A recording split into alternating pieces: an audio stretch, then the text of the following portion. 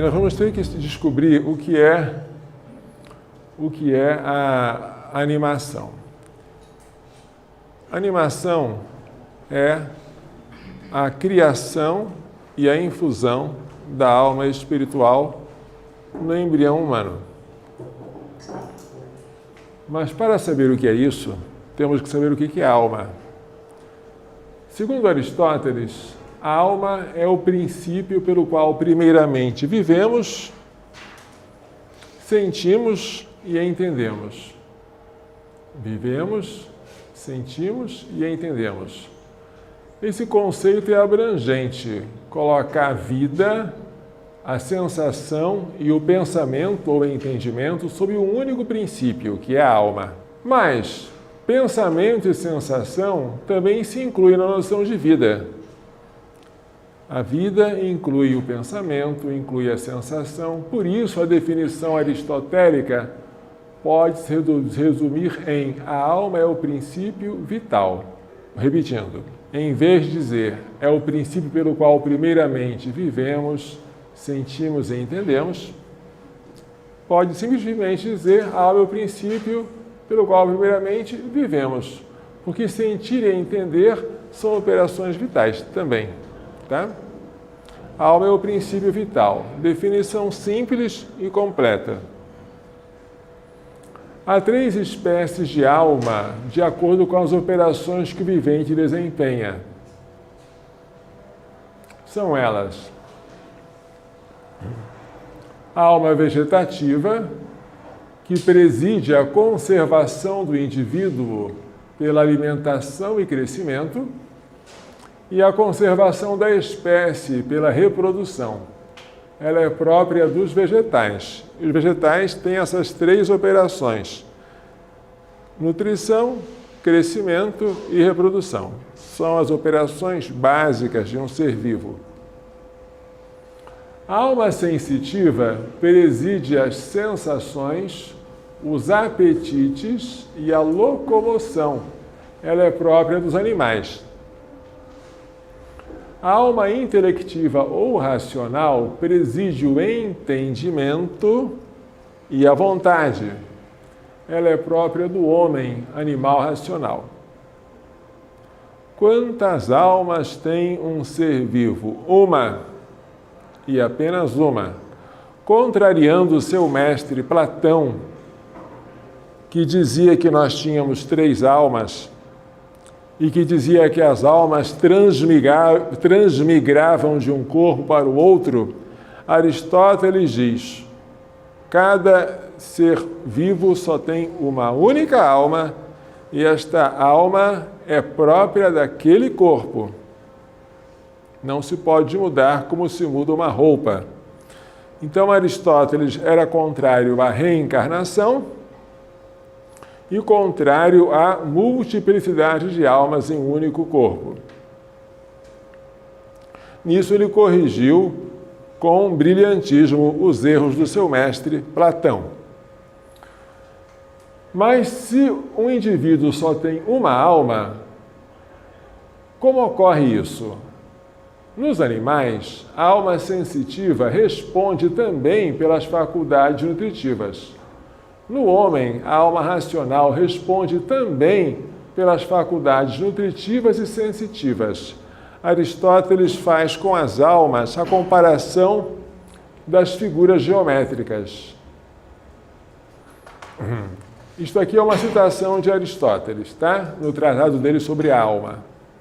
O caso das figuras é semelhante ao da alma, já que sempre no termo sucessivo está contido em potência o termo antecedente. Isto vale seja para as figuras, seja para os seres animados. Por exemplo, no quadrilátero está contido o triângulo. E na faculdade sensitiva está contida a nutritiva. Ou seja, um animal não tem 2 almas, uma vegetativa e uma sensitiva. Só tem uma, a alma sensitiva. Mas a alma sensitiva preside as funções próprias dos animais, que são as sensações, os apetites, a locomoção, e preside também aquelas outras funções inferiores já presentes nos vegetais, que são a nutrição, o crescimento e a reprodução. A alma dos animais está para o quadrilátero, assim como a alma dos vegetais está para um triângulo. E o quadrilátero contém o triângulo. E a alma do homem? A alma do homem tem o entendimento e a vontade. É como se fosse este pentágono, que contém em si as faculdades sensitivas, que são a sensação, o crescimento e a locomoção, e também as faculdades vegetativas,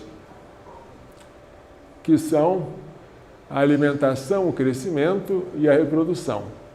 Então, a alma intelectiva traz consigo as faculdades da alma sensitiva e da alma vegetativa. As figuras maiores trazem em si as figuras menores. E o mesmo acontece com as almas. É assim que Aristóteles ilustra o caso. Agora, a alma racional, ao contrário da vegetativa e da sensitiva, é intrinsecamente independente da matéria. Ela tem natureza espiritual e é criada diretamente por Deus.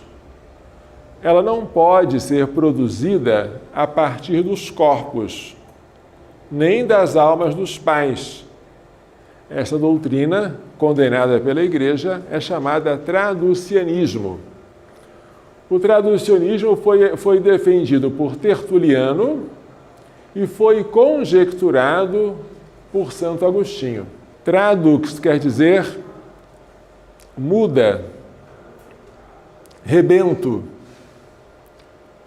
Pega-se a alma dos pais, tira-se uma muda e se faz alma dos filhos.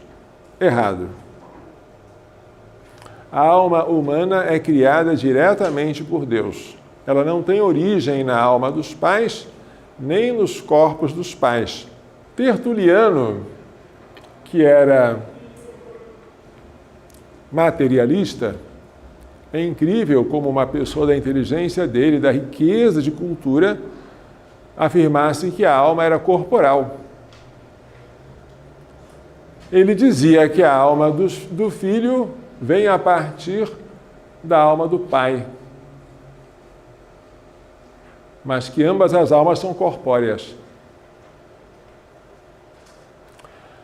Santo Agostinho, que não aceitava a ideia de que a alma fosse corpórea, achava que a ideia de uma alma provir da outra alma era muito atraente para explicar o pecado original.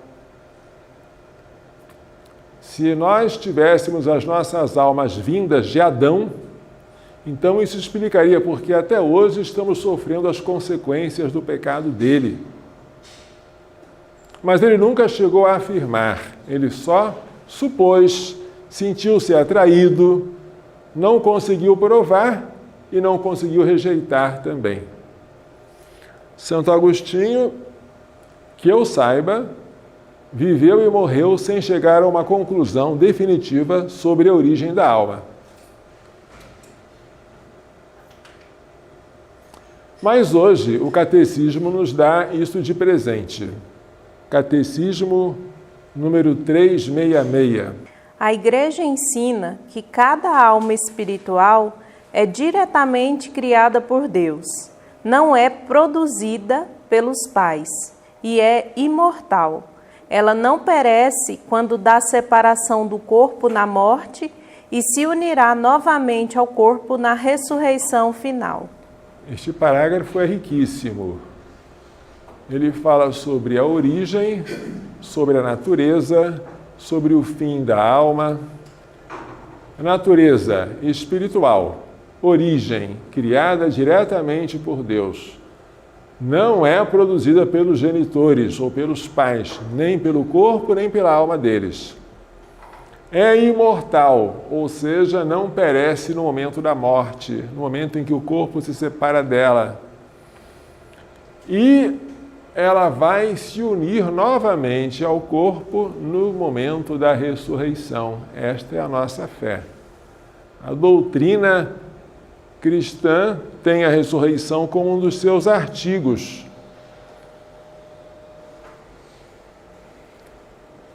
Por quê? Para o cristianismo, para nós cristãos, alma e corpo foram feitos um para o outro.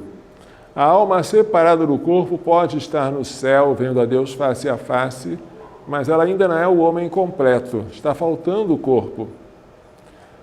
O homem só vai gozar da felicidade de modo acabado quando não apenas a alma, mas também o corpo for glorificado.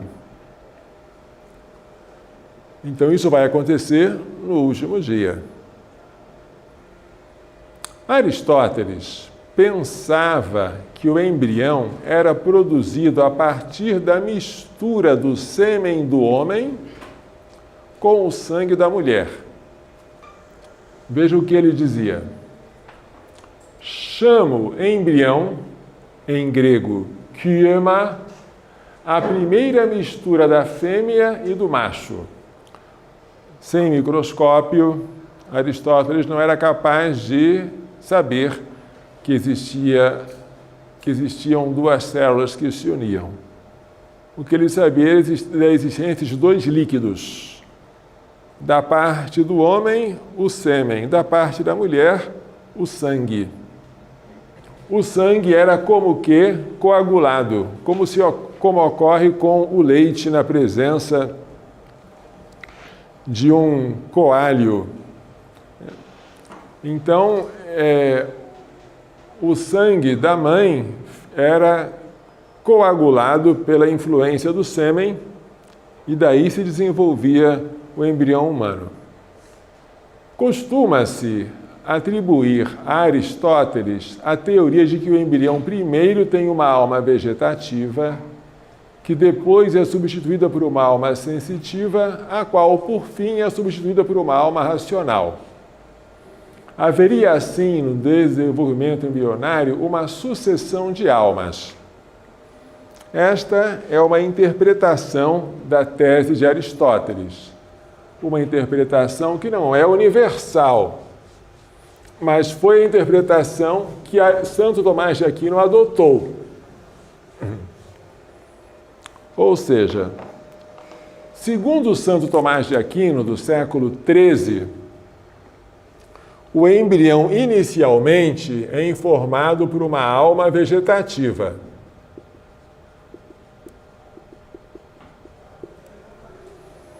Quando esta se corrompe, dá lugar a uma alma sensitiva.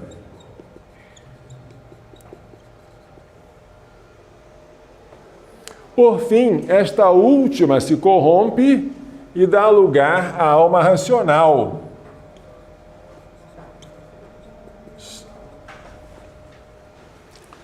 Que, por ser espiritual, diferentemente das outras inferiores que são intrinsecamente dependentes da matéria, esta alma aqui, ela é criada por Deus. Criada diretamente por Deus.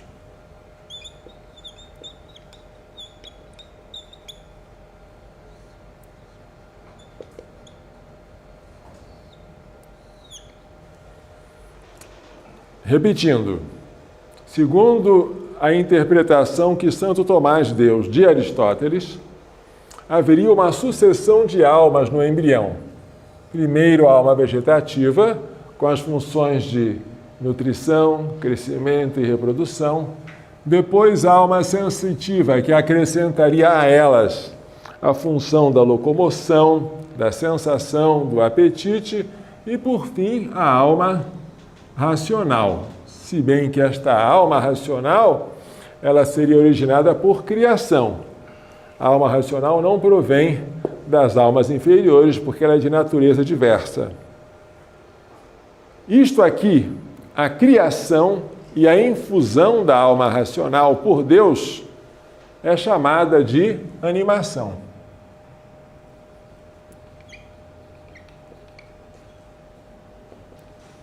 A animação, portanto, quando nós estamos referindo a esse assunto, é a criação da alma racional por Deus e a infusão dela no embrião humano. Esta animação, prestem atenção, ela não se daria no momento da concepção, não se daria na mistura do sêmen com o sangue, mas daria no momento posterior, tá? Qual seria esse momento? Este momento seria 40 dias para o embrião masculino e 90 dias para o embrião feminino.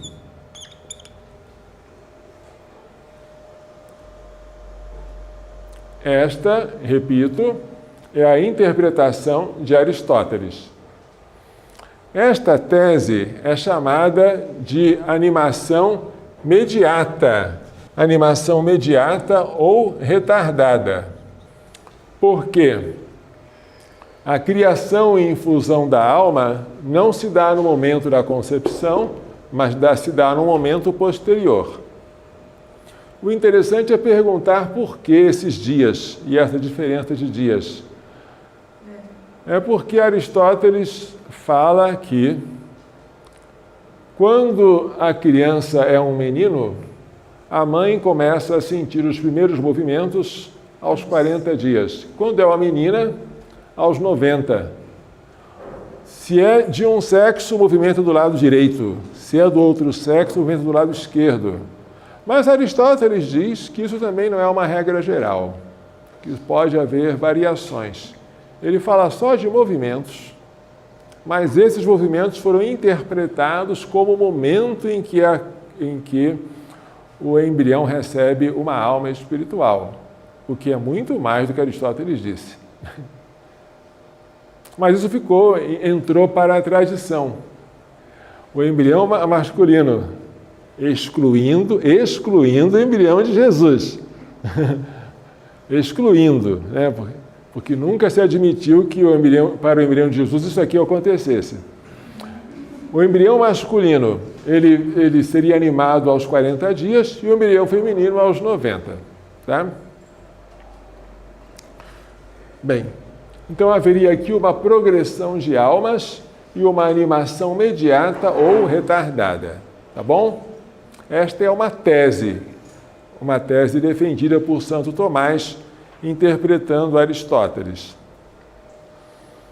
Bem, um outro contemporâneo de São Tomás, Santo Alberto Magno, que foi inclusive mestre de Santo Tomás de Aquino, nasceu antes e morreu depois dele. Santo Alberto Magno interpretava Aristóteles de maneira diversa. Segundo Santo Alberto Magno, o embrião humano, antes de receber de Deus uma alma racional, não possuía alma nenhuma. Mas então, como é que acontecia isso? Para Santo Alberto Magno, o embrião tinha primeiro atividades vegetativas, depois atividades sensitivas, sem alma. Como é que pode isso, hein? Essas atividades eram exercidas pela potência formativa ou vis formativa presente no sêmen paterno. Olha que coisa terrível! Que se supunha acompanhar o embrião pelo menos até o 40º dia. Vamos tentar explicar isso para vocês não ficarem doidos. Calma, tem entendimento isso aí, não é loucura não. Segundo Santo Tomás e segundo Santo Alberto Magno, o embrião, aos 40 dias, recebia uma alma espiritual, racional, criada por Deus. Só que, para Santo Tomás, antes havia uma alma vegetativa e uma sensitiva. Para Santo Alberto Magno, antes da alma racional, não havia alma nenhuma. Aqui é embrião sem alma. Escrevi aqui, olha. Embrião sem alma, daqui para cá. Mas então, como é que o embrião crescia? Como é que o embrião se nutria? Como é que o embrião se mexia? O embrião, prestem atenção, quando ele era formado, ele recebia o sêmen do pai, deixa eu colocar o sêmen aqui, que juntamente com o sangue da mãe,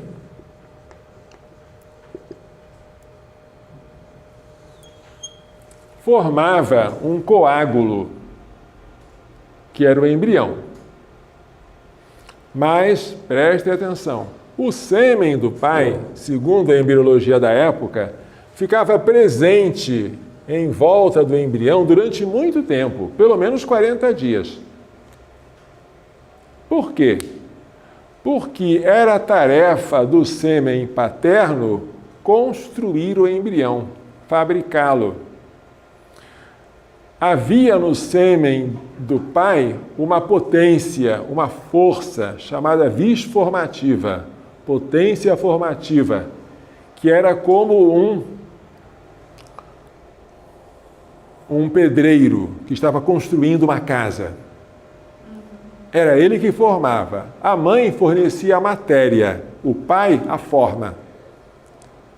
A mãe oferecia o sangue que era coagulado, mas o pai, através do sêmen, iria dar forma àquilo lá e iria construir o corpo da criança. Tá? Segundo Aristóteles, a fêmea fornece a matéria e o macho a forma. A fêmea é passiva, o macho é ativo. Então, postulava-se a presença do sêmen durante 40 dias, acompanhando o embrião, até que ele adquirisse um estágio de desenvolvimento tal que a matéria se tornasse apta para a criação e infusão da alma racional.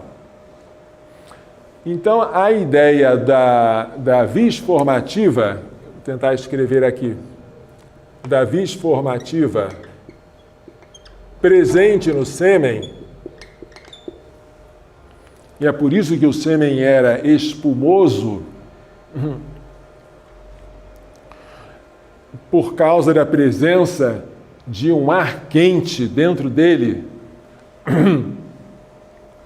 E esse calor do sêmen era um calor que não era como o calor do fogo, era um calor vindo dos astros.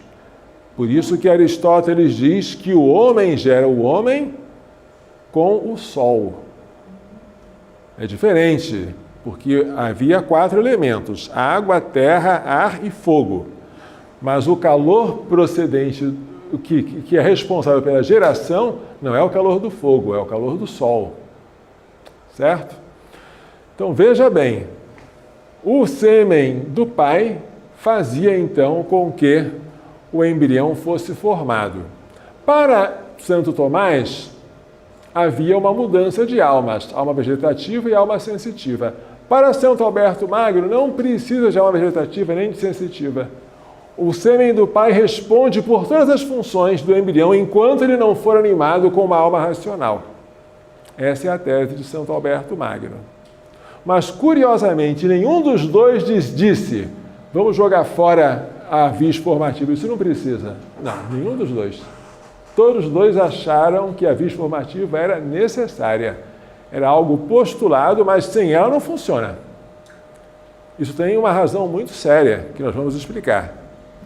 Então vamos lá. Enquanto São Tomás defendia uma progressão de almas, Santo Alberto defendia também uma animação imediata ou retardada, mas sem progressão de almas. Só uma alma, que era racional ou espiritual, que era infundida com atraso, com 40 dias para o homem, 90 para a mulher. Tá? Mas por que a presença do sêmen materno envolvendo o embrião, que ainda não estava animado por uma alma racional? Por que os dois doutores, os dois santos doutores, achavam isso tão necessário? Proteger. Não é para proteger, não. Porque somente uma alma racional, olha só, somente uma alma racional, no caso a alma do pai, é que poderia dispor a matéria do embrião para receber de Deus por criação uma alma racional. Não entendi nada, padre. Vai devagarzinho que a gente vai explicar. A alma do pai agia formando o embrião através da vis formativa presente no sêmen.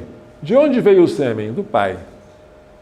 Mas o sêmen, quando estava dentro do pai, ele era informado pela alma do pai. Então agora, o sêmen já não está com o pai, o sêmen já está dentro do organismo da mãe e ele está agora plasmando, digamos assim, o embrião. Mas como é que eu vou fazer com que este corpo do embrião esteja preparado para receber uma alma racional? A alma racional não se infunde numa pedra, não se infunde em alguma coisa despreparada, tem que estar numa matéria apta. Quem é que vai fazer com que a matéria do embrião seja disposta para receber a alma racional? Resposta que Santo Tomás diz: só quem pode dispor o corpo para prepará-lo para receber uma alma, tem que ser uma alma. A alma é que dispõe o corpo, a alma é que tem essa função. Mas alma de quem? Tem que ser uma alma racional. Por quê? Porque eu estou preparando o corpo para receber uma alma racional. Então tem que ser uma alma racional que prepare esse corpo para receber uma alma racional. Mas quem é que tem essa alma racional? O pai. O pai é racional. O pai, com a sua racionalidade, ele age à distância, através da vis formativa presente no sêmen, para formar a matéria, para dispor a matéria, para prepará-la para estar no ponto de receber a alma racional por criação direta de Deus. E a mãe nessa história, hein? A mãe vai bem, obrigado. Ela fica quietinha aí. A mãe está muito bem. Mas calma, fica quietinha. Não se assuste com Aristóteles, nem com Santo Tomás, nem com Santo Alberto Magno, porque a lógica deles é maravilhosa. E vocês vão ver que os autores modernos não têm essa lógica. E se Santo Tomás e Santo Alberto estivessem agora na nossa época, eles seriam obrigados a mudar de ideia e não fariam o que os seus discípulos hoje estão fazendo. Vamos explicar para vocês. A alma do pai agia formando o embrião através da vis formativa presente no sêmen. Não se falava de uma ação da alma da mãe. Por quê? Segundo a biologia aristotélica, a fêmea fornecia apenas o elemento passivo, a matéria, enquanto o macho o elemento ativo, a forma. Essa é uma teoria, a teoria da animação retardada. Mas antes de Santo Tomás de Aquino, houve autores que defendiam a criação e a infusão da alma no momento da concepção. Esta tese é chamada de animação imediata.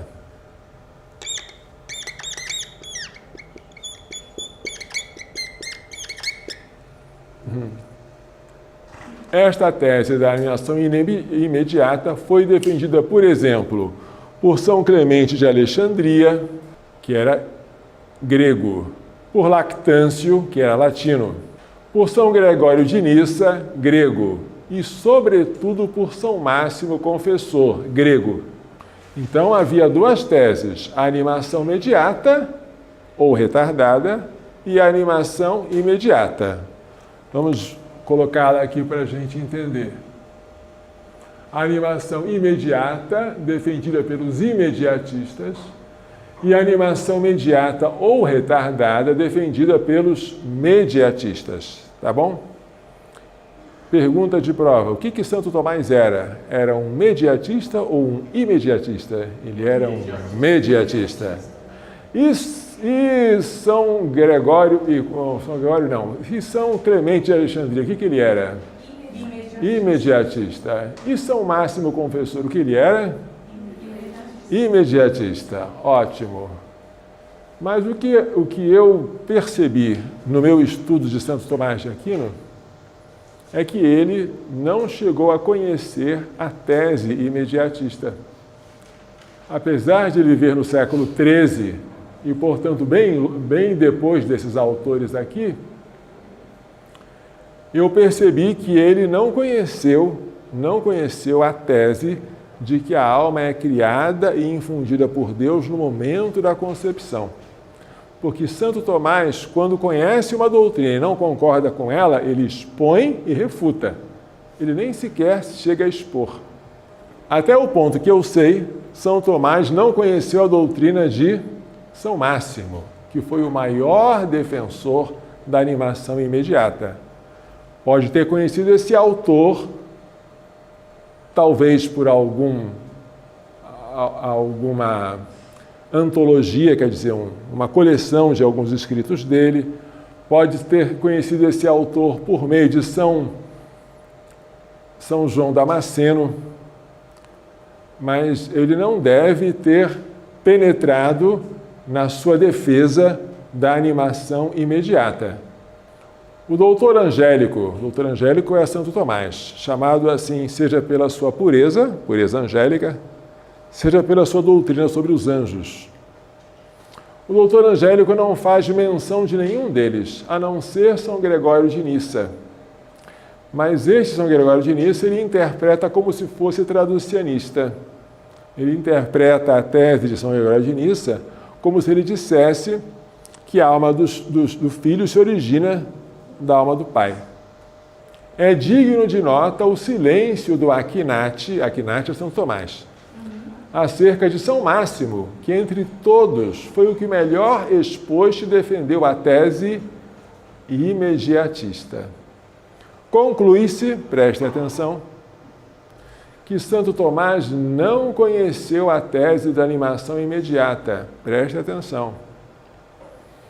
Quando ele expõe a sua tese da animação retardada, essa aqui, não o faz com a intenção de combater a tese da animação imediata, que ele desconhece, mas sim para combater o traducianismo, que afirma a propagação da alma racional pelo sêmen paterno.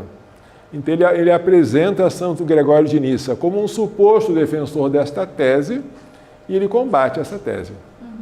Entenderam isso? Mas o mais importante aqui é a coerência interna do pensamento desses mestres, que supera a dos mestres da atualidade. O que diria hoje Santo Tomás de Aquino? Hoje sabe-se que o embrião recém-concebido não é uma massa informe. Massa informe, como pensava Aristóteles, mas uma célula com incrível organicidade. Sabe-se ainda que o encontro do espermatozoide paterno com o óvulo materno é um evento marcante, não é um processo, é um evento. É como a colisão de duas partículas. É algo que muda o antes e o depois. Transforma.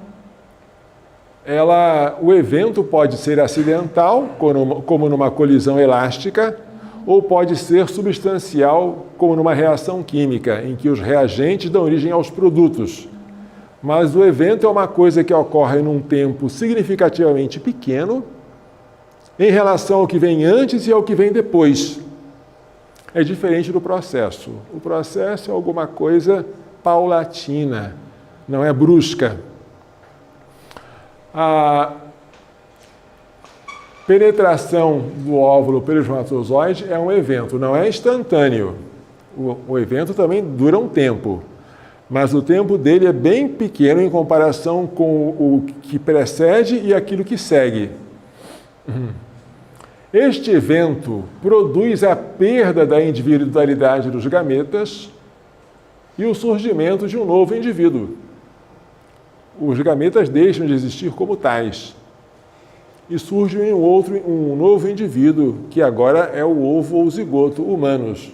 Sabe-se, por fim, que após a fertilização do óvulo, que não se dá pela coagulação do sangue, como pensavam os antigos,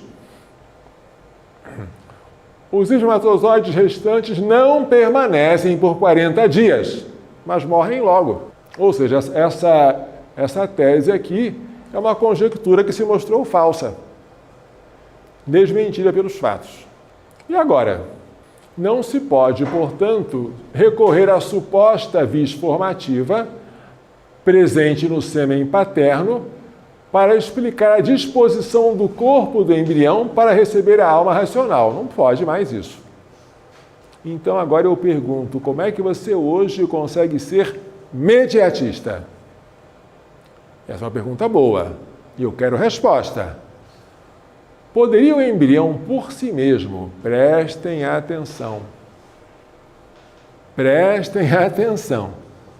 poderia o embrião por si mesmo, sem uma vis formativa externa, preparar-se para a vinda da alma racional? Ou seja, poderia o embrião começar com uma alma vegetativa, depois ele próprio, por si mesmo, dar origem à alma sensitiva, e assim preparar-se por si mesmo para a chegada da alma racional por criação, sem o influxo externo da alma do Pai? A resposta é não, de maneira nenhuma. Por quê? Porque uma alma inferior não seria capaz de produzir os órgãos de uma alma superior. Falando de maneira mais clara, embora menos precisa, uma alma inferior produz os órgãos da nutrição, crescimento e reprodução, mas não poderia, por exemplo, produzir os músculos, que são da locomoção, os ossos, os nervos, que são da sensibilidade. Isso aqui já seria tarefa da alma sensitiva. Então, a alma vegetativa, por respeito ao princípio de causalidade, não é capaz de produzir órgãos de uma alma que a supera. O efeito não pode superar a causa em perfeição.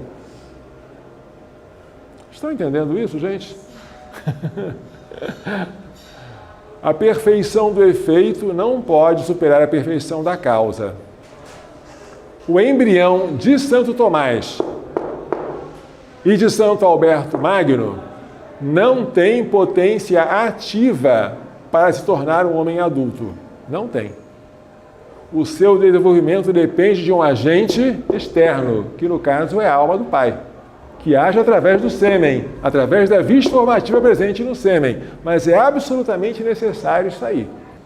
O embrião de Santo Tomás e de Santo Alberto, vocês vão errar isso na prova, porque em geral erram, mas estou dizendo agora, não tem potência ativa para se tornar um homem adulto. O seu desenvolvimento depende de um agente externo. Tá? O que é potência ativa? Qual a diferença entre ela e a potência passiva? Um tijolo, um monte de tijolos, pode se tornar uma casa? Não. Pode, desde que haja um pedreiro. Mas ele tem potência passiva para se tornar uma casa. Uma semente pode tornar uma árvore? Pode, mas não depende do pedreiro. Ela faz isso sozinha. Ela tem potência ativa. O embrião de Santo Tomás e de Santo Alberto não tem potência ativa. Ele depende de uma causa externa. Claro? Por que isso? Porque Santo Alberto e Santo Tomás respeitavam muito o princípio de causalidade. A perfeição do efeito não pode superar a perfeição da causa. Nunca eles disseram: a alma vegetativa prepara os órgãos para ver a alma sensitiva. Jamais. Porque se pudesse dizer isso, para que essa vis formativa? Vamos jogar isso fora. Muito bem, excluída agora a presença e a ação do sêmen paterno ao lado do embrião por vários dias, como se supunha, cabe aos mediatistas de hoje responderem como a alma racional dos pais, pode exercer à distância uma causalidade eficiente na disposição da matéria do embrião. Agora você já não tem mais o sêmen paterno presente envolvendo o embrião e plasmando a ele. Então, como é que o pai exerce essa causalidade? Ou, se preferir, como é que a mãe exerce essa causalidade? Há uma tentativa de solução proposta por uma autora mediatista francesa chamada Bénédicte Matonat. Qual é a tentativa dela? É pôr a vis formativa dentro do embrião humano. Olha que coisa linda! Em vez de eu colocar a vis formativa, prestem atenção, aqui fora, em vez de eu colocar a vis formativa fora, no sêmen paterno, eu coloco já aqui dentro do embrião humano. E ela vai então fazendo o embrião humano chegar até ao estágio de receber uma alma racional. Posso fazer isso? Bem, se eu puser a vis formativa dentro do embrião, eu tenho que colocar junto com ela a alma racional. Por quê? Porque a vis formativa ela só pode estar inerente a uma alma racional. Somente uma alma racional pode ser sujeito dessa potência formativa, porque ela vai formar um embrião que vai receber uma alma racional.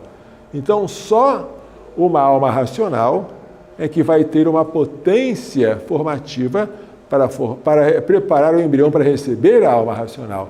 Mas se eu sou obrigado a colocar a alma racional no embrião humano desde a concepção, então eu já não estou mais na tese da animação mediata, eu já estou na animação imediata. Repetindo, a solução de Bénédicte Matonat é pôr a vis formativa dentro do embrião desde a concepção. Mas se eu fizer isso, então a alma racional já está presente no embrião desde a concepção.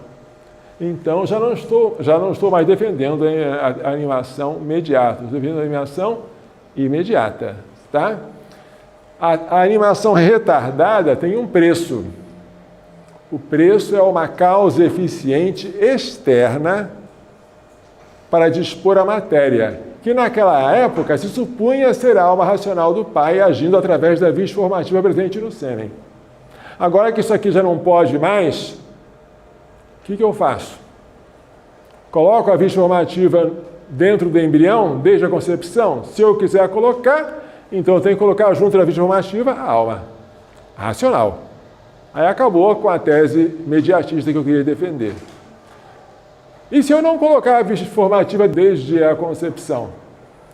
Então, eu vou ter que explicar como é que esta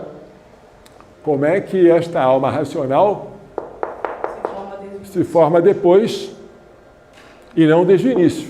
Hoje, portanto, a teoria da animação imediata é a única compatível com os conhecimentos atuais da biologia e com o respeito de Santo Tomás pelo princípio de causalidade. Hoje podemos afirmar com segurança que no momento da concepção, o embrião recebe de Deus uma alma espiritual, tornando-se uma pessoa humana. No momento da concepção. No entanto, mesmo defendendo a animação retardada, Santo Tomás nunca admitiu o aborto de um embrião ainda não animado por uma alma racional. Este embrião aqui ainda não tem uma alma racional, não é ainda um homem, mas eu não posso matá-lo. Por quê? Porque matar o embrião aqui, embora não seja um homicídio, porque ele não é homem, é um pecado contra a procriação. É um pecado mortal, grave, mas não contra o quinto, contra o sexto mandamento, não pecar contra a castidade. É um pecado que ofende a dignidade da procriação, porque eu estou impedindo que esse processo, que ele pensava que era um processo procriativo, se desenvolva. Eu estou barrando. Isso era um pecado grave. Matar o embrião em tal estágio da gravidez seria um pecado gravíssimo, não contra a vida de uma pessoa, um homicídio, mas contra a dignidade da procriação. É o pecado da anticoncepção, que nós vamos estudar depois. Então, para Santo Tomás, haveria pecado ao matar um embrião já animado ou a matar um embrião sem alma racional, animado por almas inferiores. A diferença estava só na espécie do pecado. Mas nunca Santo Tomás permitiu o aborto em qualquer hipótese, em qualquer estágio da gravidez. Há pessoas que, por ignorância ou por má fé, colocam isso na boca de Santo Tomás. Bem, mas há uma coisa muito interessante aqui. A coisa interessante está quando se fala do embrião Jesus. Porque Jesus, ele se fez semelhante a nós em tudo, menos no pecado. E para Jesus, todo mundo é concorde. Quando se trata da encarnação de Cristo, Santo Tomás e São Máximo estão de acordo em afirmar que sua alma racional foi criada no primeiro instante de sua concepção. Santo Tomás faz disso uma exceção. Todos os homens têm uma animação retardada, mas Cristo foi animado imediatamente. São Máximo considera isso um modelo, uma vez que o Verbo se fez semelhante a nós em tudo, menos no pecado. Hebreus 4:15. Com efeito, não temos sumo sacerdote incapaz de se compadecer das nossas fraquezas, pois ele mesmo foi provado em tudo como nós, com exceção do pecado. Certo. São Máximo, então, que defende a animação imediata, ele diz: Cristo foi animado imediatamente e nós também, porque ele se fez semelhante a nós em tudo, menos no pecado. Para São Máximo, a animação de Cristo é um modelo. Para Santo Tomás é uma exceção. Seja como exceção, seja como modelo, há um consenso admirável entre os padres e doutores sobre a animação imediata do corpo de Cristo. E segundo o Concílio Vaticano II, é Cristo que manifesta plenamente o homem ao próprio homem. Ou seja, é possível que a animação imediata de todos nós se torne, além de uma verdade filosófica, uma verdade teológica, a partir da encarnação de Cristo. Mas isso seria um papel da teologia que ultrapassa os nossos limites aqui da bioética, tá? Nós vamos tratar disso depois, na aula que vem, porque já é hora de criança ir para a cama. Vamos então fazer a oração final. Em nome do Pai, do Filho e do Espírito Santo. Amém. Nós vos damos graças, Senhor nosso Deus, por todos os vossos benefícios, vós que viveis e reinais pelos séculos dos séculos. Amém. Ave Maria, cheia de graça, o Senhor é convosco.